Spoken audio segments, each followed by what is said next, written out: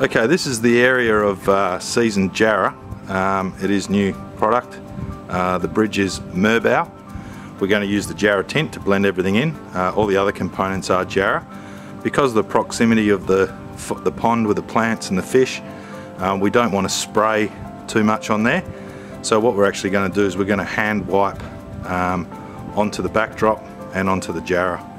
So what we're going to do is we're going to spray some of our timber seal into a paint tray, just so we can wet a lamb's wool applicator with a very small amount of the tint. And what we'll do is we'll show you the before and after of pre-grade Jarrah with a small amount of tint. So what we have is a finished piece of Jarrah. It's actually substantially grayed quite a bit. Now all we're going to do is we're going to put the lamb's wool applicator into the tinted lanolin, and we're just going to wipe it over. This will avoid any overspray on the limestone brickwork, and we'll just give it a nice light wipe, and we'll be able to show you the difference in coloration. Because it is the Jarrah stain, it will restore the natural colour. Has been many jobs that we've actually recommended, even though I'm brand new Jarrah, to mix up a stain with it, because it's notorious for greying in the sunlight. Obviously the benefit with this is there's no sanding required, and as you can see, it's really restoring that natural red colour into the timber. Obviously a very small amount is required. We're getting a nice even depth to the grain.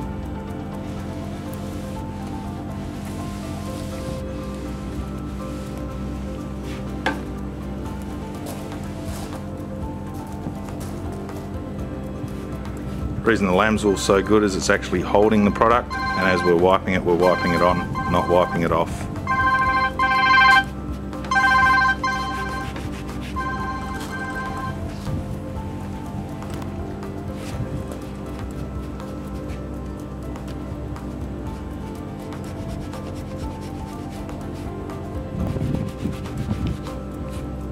There you have it.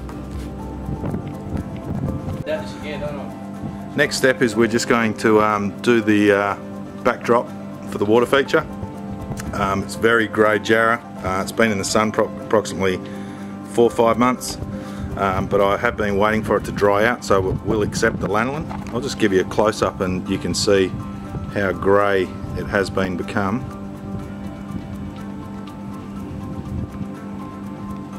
You can actually see that it is quite greyed off, not the normal luster Jarrah type finish. So now we'll put the Jarrah stain onto the structure and restore back that deep rich red coloration, again just with a dab and wipe.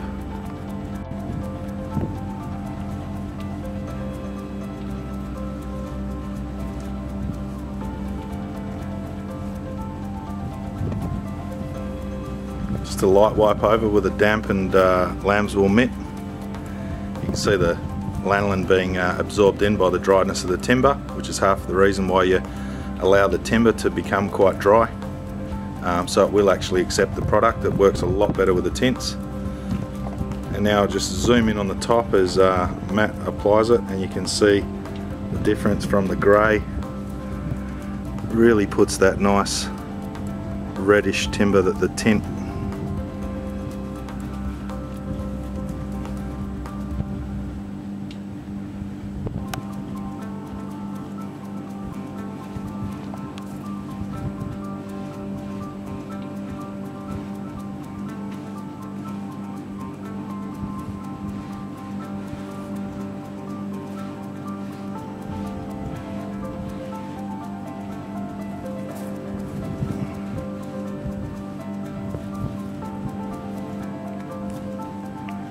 obviously a lot easier than sanding